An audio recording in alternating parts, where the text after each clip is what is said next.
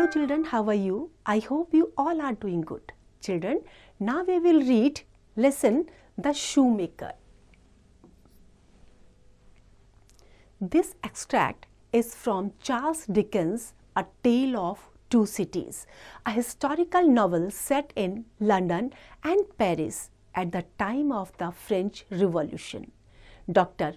Manette is released from the Bastille, the infamous French prison, after 18 years. Despite being innocent, he had been imprisoned due to his involvement in a secret concerning an aristocratic French family. When released, he is looked after by a faithful servant, Ernest Defarge. This extract focuses on the touching meeting between Dr. Manette and his daughter Lucy when she visits him with Mr. Larry, an old friend. Lucy discovers that her father, whom she had believed to be dead, is alive but lost to the world. अभी जो extract है ये Charles Dickens की अ tell of to city से लिया गया है। ये हिस्टोरिकल नॉवल की जो सेटिंग हुई है वो लंदन और पेरिस में उस समय हुई है जिस समय फ्रेंच रिवॉल्यूशन था। तो डॉक्टर मैनेट जो थे उनको जो प्रिजन थी, फ्रेंच प्रिजन, वहाँ पर इनको अरेस्ट किया हुआ था और 18 साल के बाद ये रिलीज़ हुए थे वहाँ से। इनका कोई कसूर नहीं था, कोई दोष इनका नहीं था। He was innocent and he was imprisoned due to his involvement in a secret concerning an aristocratic French family, and that's why he was arrested.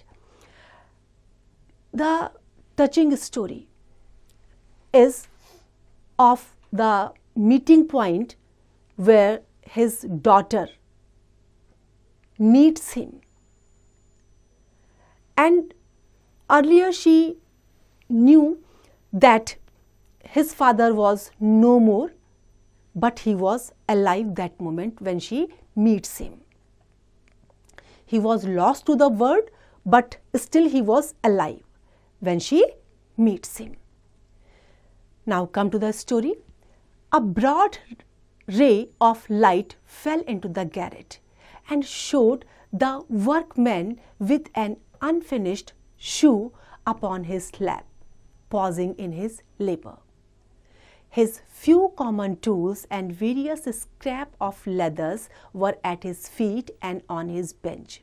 He had a white beard, raggedly cut, but not very long, a hollow face, and exceedingly bright eyes. The hollowness and thinness of his face would have caused them to look large.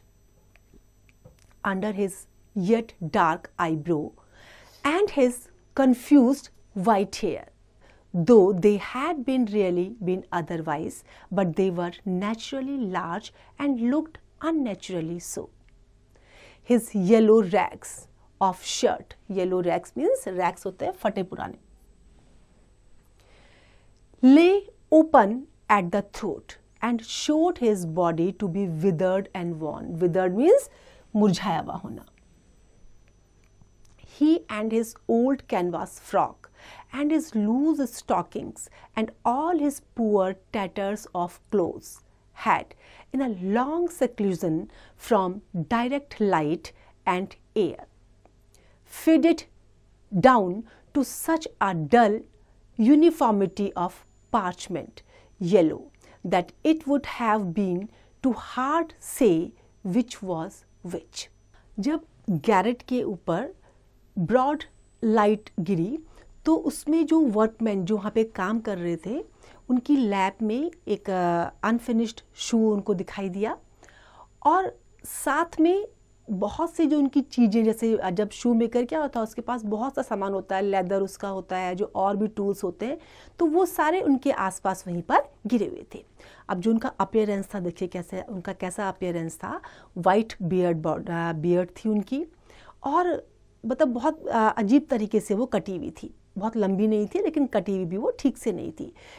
He was having his hollow face, bright eyes, and due to the hollowness and thinness of his face, they were looking large. बिल्कुल body उनकी lean and thin थी और चीज़ें जो थी उनके आसपास चारों तरफ गिरी हुई थी. शूज़ भी उनका अनफिनिश था और जो उनके येलो रैक्स थे वो किस तरह से थे? They were lying on the shirt and almost they were open at the throat. वहाँ उनकी कंडीशन ऐसे लग रही थी कि बिल्कुल बॉडी उनकी बिल्कुल मुरझाई हुई थी और ऐसा लग रहा था जैसे कि बिल्कुल वॉर्न आउट होते हैं ना, बिल्कुल थके हुए, कोई उनके अंदर चार्म ना हो किसी पर्सन के अंदर. तो इस तरह से उनकी बॉडी नज़र आ रही थी. अब वहाँ पर उन्होंने जिस ढंग से जो उन्होंने कपड़े पहने हुए थे और बिल्कुल पुअर कंडीशन उनकी थी, लूज स्टॉकिंग्स उनके थे और लाइट भी उनके पास प्रॉपरली, लाइट और एयर भी उनके पास प्रॉपरली नहीं आ रही थी. Almost he was secluded from direct light and air, and the things were scattering beside him. He was very lean and thin. He had put up a hand between his eyes and the light, and the very bones of it seemed transparent. Transparent means बिल्कुल जिसके are पार आप clearly देख लेते हैं, बिल्कुल पारदर्शी जो होता है. So he sat with a steadfastly vacant gaze, pausing in his work. He never looked at the figure before him without first looking down on this side of himself, then on that, as if he had lost the habit of associating place with sound. He never spoke without first wandering in this manner and forgetting to speak. अब light उनके पास जब आई, अब उन्होंने क्या करा, light के और अपनी आँख के बीच में हाथ रख लिया. तो उनका फिगर कैसा दिखाई दे रहा था? बिल्कुल बोनी फिगर दिखाई दे रहा था. वहाँ पर वो बैठ गए और बिल्कुल जो वहाँ पे काम जो वो कर रहे थे वो काम को उन्होंने रोक दिया और वहाँ पर कॉन्टिन्यूसली वो उस सीन को वो देखते जा रहे थे, घूरते जा रहे थे. जो सामने उनके फिगर था उन्होंने उसको पहले कभी भी नहीं देखा था. अब वो कभी दाएं देख रहे थे, कभी बाएं देख रहे थे, मतलब उनको देखने से पहले वो अपने दाएं बाएं ही देख रहे थे. It seemed as if he had lost the habit of associating place with sound, and he never spoke. It seemed also that he was little forgetting to speak. Are you going to finish that pair of shoes today? Asked Defarge, motioning to Mr. Lorry to come forward. What did you say? Do you mean to finish that pair of shoes today? तो जब उन्होंने पूछा कि क्या तुम ये जो pair of shoes है इसे फिनिश करने जा रहे हो, तो उन्होंने कहा तुम क्या कह रहे हो, तुम्हारा क्या मतलब है कि आज इस पेयर ऑफ शूज़ को मैं आज कंप्लीट कर दूँ? I can't say that I mean to. I suppose so. I don't know. But the question reminded him of his work and he bent over it again. अब ये question जब put up हुआ तो इसने उनको उनका काम रिमाइंड करवा दिया and he again started his work. Mr. Lorry came silently forward, leaving the daughter by the door. When he had stood for a minute or two by the side of Defarge, the shoemaker looked up. He showed no surprise at seeing another figure, but the unsteady fingers of one of his hands strayed to his lips as he looked at it. His lips and his nails were of the same pale lead color. And then the hand dropped to his work, and he once more bent over his shoe. The look and the action had occupied but an instant. You have a visitor, you see, said Monsieur Defarge. अब जो mister lorry थे वो silently आगे आए daughter को उन्होंने door पे ही छोड़ दिया। अब जब वहाँ 1-2 मिनट वो खड़े रहे तो जो शू मेकर था उन्होंने ऊपर देखा, लेकिन थोड़ा सा भी उन्होंने उस फिगर को देख करके, जो दूसरा फिगर उनके साथ में था, जो अनदर पर्सन था, जो लड़की साथ में थी, उसको देख के थोड़ा भी सरप्राइज वो नहीं हुए। अब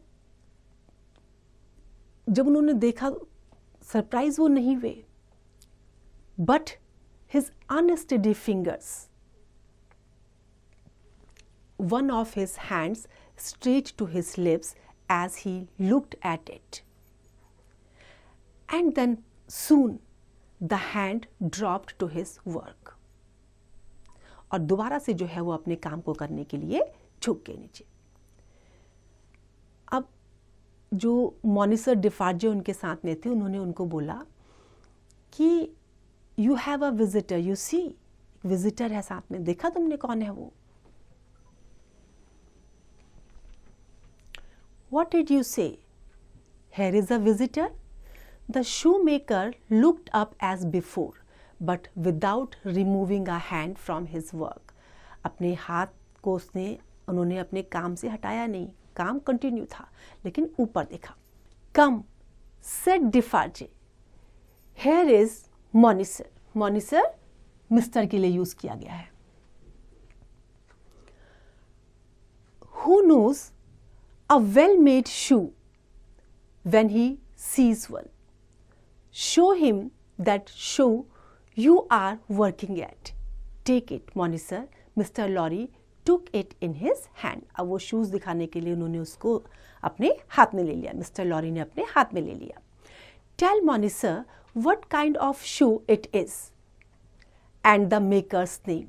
There was a longer pause than usual before the shoemakers replied. अब उन्होंने क्या उसको बोला कि बताओ ये शू मेकर का नाम बताओ। तो अब यहाँ पे थोड़ा सा लंबा पॉज आ गया था जब शू मेकर ने रिप्लाई किया। I forget what it was you asked me. What did you say? I said, couldn't you describe the kind of shoe for Monitor's information? It is a lady shoes. It is a young lady's walking shoe. It is in the present mode. I never saw the mode. I have had a pattern in my hand. He glanced at the shoe with some little passing touch of pride. Glance करना, देखना उसे, उसमें एक अच्छे से एक look देना उसके ऊपर। Pride means गर्व के साथ। अब जब उन्होंने कहा कि ये इस शूज़ को डिस्क्राइब करो थोड़ा सा कि किस तरह का है, तो उन्होंने कहा ये लेडी शूज़ है और ये जो है वॉकिंग शूज़ होता है। वॉकिंग शूज़ के लिए लेडीज़ इसको यूज़ करती हैं। अब इस ढंग से उन्होंने दिखाया कि जैसे बड़ा, जब टच किया उन्होंने उसको तो बड़ा उनको गर्व महसूस हो रहा था अपने ऊपर। And the maker's name said Defarge. Now that the shoemaker had no work to hold, he laid the knuckles of the right hand in the hollow of the left, and then the knuckles of the left hand in the hollow of the right. हम ऐसे कर देते हैं ना, जब कोई answer हमारे पास नहीं होता तो हम क्या करते हैं, ऐसे करते हैं। तो इसी तरीके से जो उनके पास आंसर नहीं था तो उन्होंने क्या करा, अपने राइट हैंड के नकल को लेफ्ट हैंड में और उसके बाद लेफ्ट हैंड के नकल को राइट हैंड में कर दिया। And then passed a hand across his bearded chin, and so on in regular changes without a moment intermission. The task of recalling him from the vacancy into which he always sank when he had spoken was like recalling some very weak person from a swoon, or endeavoring in the hope of some disclosure to say the spirit of a first dying man. Did you ask me for my name? अब उनको क्या लगा कि मतलब एक तो वो इतने टाइम के बाद जब प्रिजन से बाहर आए थे तो ऑलमोस्ट उनकी जो कंडीशन थी वो बहुत पुअर थी। कोई उनके बच्चे, उनकी फैमिली उनके साथ नहीं थी। अकेले वो किसी तरह से जो है शू में के जरिए अपनी लाइवलीहुड को अर्न करते थे। अब जब उनसे उनके शू के बारे में पूछा गया, उनका मेकर के नाम के बारे में पूछा गया, तो वो थोड़ी देर के लिए जो है वो ऐसा उनको लग रहा था कि जैसे कोई पर्सन बेहोशी के बाद आता है ना, बहुत लंबे टाइम से बीमार हो और कुछ बोलने की कोशिश कर रहा हो, कुछ मतलब डिस्क्लोज करने की कोशिश कर रहा हो, लेकिन ठीक से ना कर पाए क्योंकि उनकी स्पिरिट एक तरह से डेड हो चुकी थी। तो उन्होंने कहा कि क्या तुमने मेरा नाम पूछा? उन्होंने कहा बिल्कुल, assuredly I did. 105 North Tower. Is that all? अब 105 क्या है देखिए, ये जब वो प्रिजन में थे तो ये उनका नंबर था, तो उनको इतना ही याद था। With a very sound that was not a sigh nor a groan, he bent to work again until the silence was again broken. You are not a shoemaker by trade. Trade means business, व्यापार से, said Mr. Lorry, looking steadfastly at him. His haggard eyes turned to Defarge as if he would have transferred the question to him. But as no help came from that quarter, they turned back to the questioner when they had sought the ground. I am not a shoemaker by trade. No, I was not a shoemaker by trade. I learnt it here. I taught myself. I asked leave to. अब जब वो कहते हैं कि number जब पूछा उन्होंने, अब नाम पूछा तो उन्होंने कहा 105 नॉर्थ टावर, तो बड़े सरप्राइजिंगली उन्होंने कहा कि are you not a shoe maker by trade, क्या तुम्हारा बिजनेस शू मेकिंग का नहीं है? तो जब उन्होंने ये क्वेश्चन पूछा शू मेकर से, तो उन्होंने इस ढंग से देखा डेफार्ज की तरफ कि जैसे वो उससे क्वेश्चन पुटअप कर रहे हो, लेकिन कोई आंसर ना मिलने पे दोबारा उन्होंने क्या करा, नीचे ग्राउंड की तरफ वो देखने लगे और उन्होंने कहा कि नहीं, मैं बाय बिजनेस, मेरा बिजनेस शू मेकिंग का नहीं है, मैंने इसको यही सीखा है. He was not a shoemaker by trade. He has learned that there. He lapsed away, even for minutes, wringing those measured changes on his hands the whole time. His eyes came slowly back at last, so the face from which they had wandered, when they rested on it, he started and resumed, in the manner of a sleeper that moment awake, reverting to a subject of last night. I asked leave to teach myself, and I got it with much difficulty after a long while, and I have made shoes ever since. As he held out his hand for the shoe that had been taken from him, Mr. Lorry said, still looking steadfastly in his face, Monitor Manette, do you remember nothing of me? अब मैंने कहा कि तुम छोड़ दो मेरे ऊपर. मैंने उनको ये कहा कि मैं अपने आप को सिखा लूँगा, तुम छोड़ दो, इस बात को मेरे ऊपर छोड़ दो. मैंने ये बहुत डिफ़िकल्टी के साथ और बहुत लंबे टाइम के बाद जो है इसको सीखा है. अब जैसे the way he held out his hand for the shoe, he wanted to take that shoe from him. Mr. Lorry said, do you remember nothing of me? अब उन्होंने कहा कि क्या तुम मुझे देखो, मुझे रिकॉल करो, क्या तुम मुझे पहचान नहीं रहे हो मैं कौन हूँ? The shoe dropped to the ground and he sat looking fixedly at the questioner. अब जो हाथ में शू था वो नीचे गिर गया और वो जो उनसे क्वेश्चन पूछ रहा था उसके मुंह पर देखने लगे. Monitor Manette, Mr. Lorry laid his hand upon Defarge's arm. Do you remember nothing of this man? Look at him. Look at me. If there no old banker, no old business, no old servant, no old time rising in your mind, Monitor Manette. अब वो उसको recall कराने की कोशिश करते हैं, ये क्या तुम्हें कुछ भी याद नहीं आ रहा है? देखो मुझे अच्छे से, क्या कोई old banker, old business, old servant तुम्हें याद नहीं आ रहा है? As the captive of many years sat looking fixedly, he turns at Mr. Lorry and at Defarge, some long, obliterate marks of an actively intent intelligence in the middle of the forehead gradually forced themselves through the black mist that had fallen on him. Now, they were overclouded again. They were fainter. They were gone, but they had been there. अब जो इतने लंबे time से जो वो बंदी बने हुए थे और कोई भी उनकी लाइफ में नहीं था, तो जब वो वहाँ पर बैठे तो उन्होंने एक एक करके जो है पहले लॉरी को देखा और फिर डिफार्जे को देखा. अब कुछ चीज़ मतलब उनके माइंड को ब्लैकआउट हो रही थी उनके माइंड से, उनको क्लियरली ध्यान में नहीं आ रहा था कि ये कौन है. तो जब उन्होंने उनको देखा तो मतलब वो ऑलमोस्ट भूल चुके थे कि ये कौन है उनके सामने खड़े हो रखे. And they were overclouded again. And so exactly was the expression repeated on the fair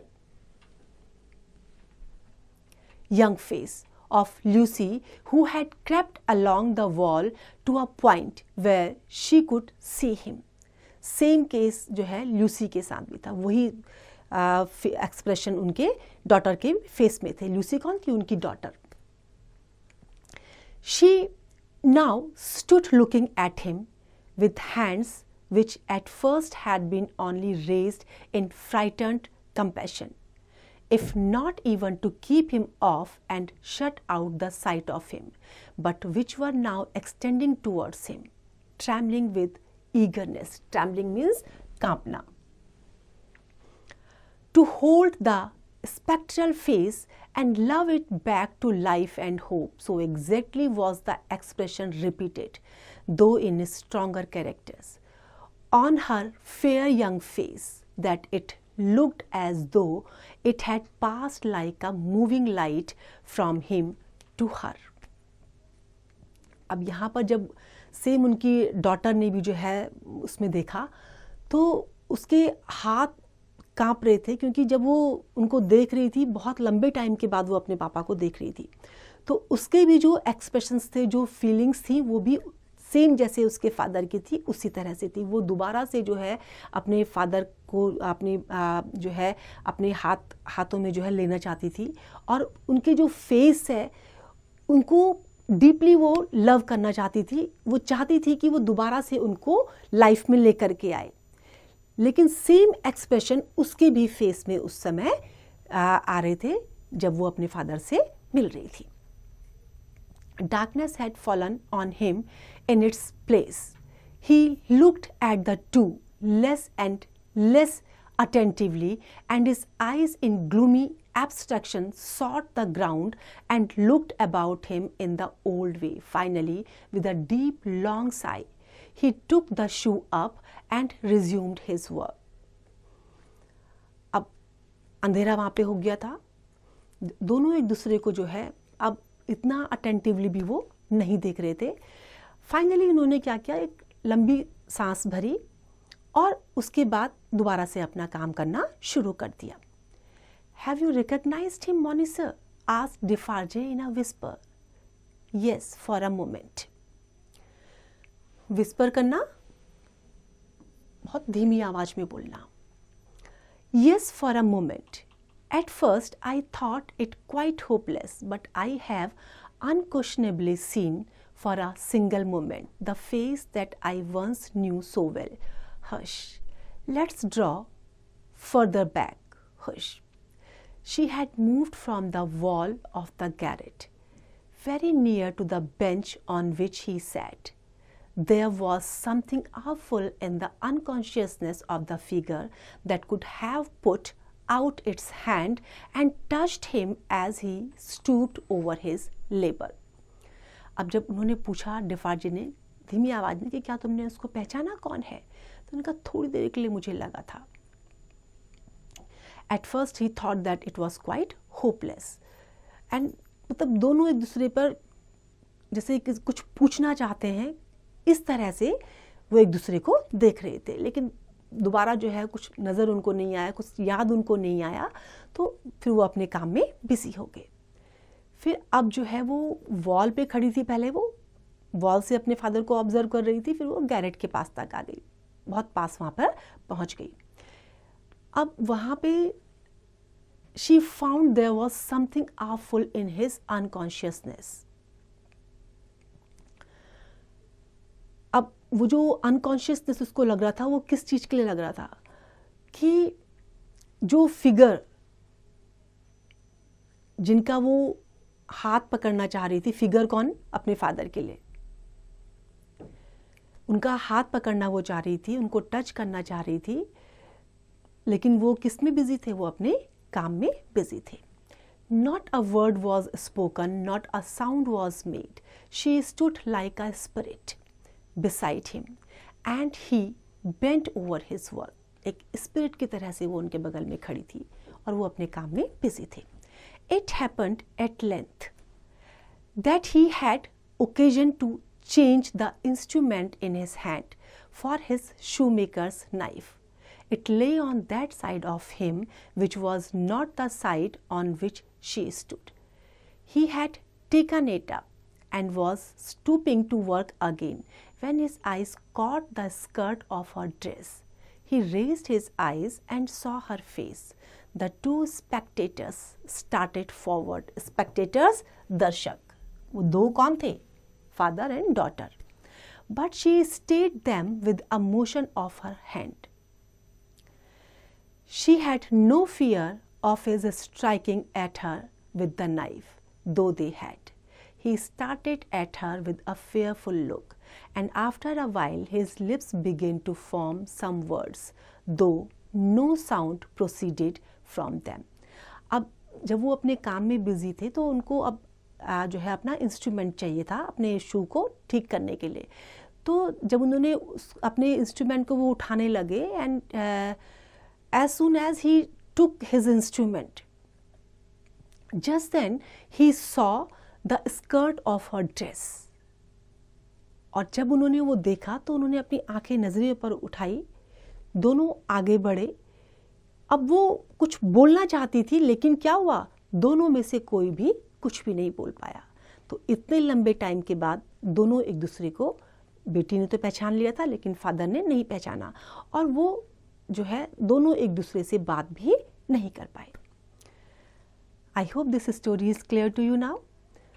देखा आपने कि किस तरह से अगर कोई इनोसेंट पर्सन को एक लंबे टाइम तक प्रिजन में डाल दिया जाता है बिना किसी गिल्ट के, तो कितना बैड इफेक्ट उनकी लाइफ में हो जाता है.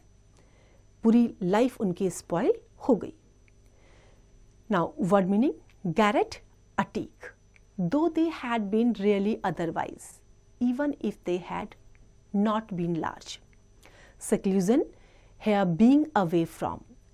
Dull uniformity of parchment yellow, the dullness of old faded paper. A steadfastly vacant gaze, a consistently expressionless look. Moniser, French word for Mr. Present mode, current fashion. From a soon, from a fainting fit. Endeavoring, here trying very hard. Hope of some disclosure, hoping to know some secret. Haggard eyes, exhausted and distraught eyes. Reverting, returning. Obliterate, blotted out. Actively, intent intelligence, here sharp mind. Black mist, here forgetfulness. Spectral face, ghostly face.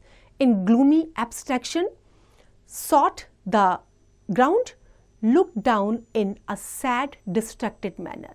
His labor, here his task, proceeded, came out. I hope this story is clear to you now. It's time to revise. You can revise it.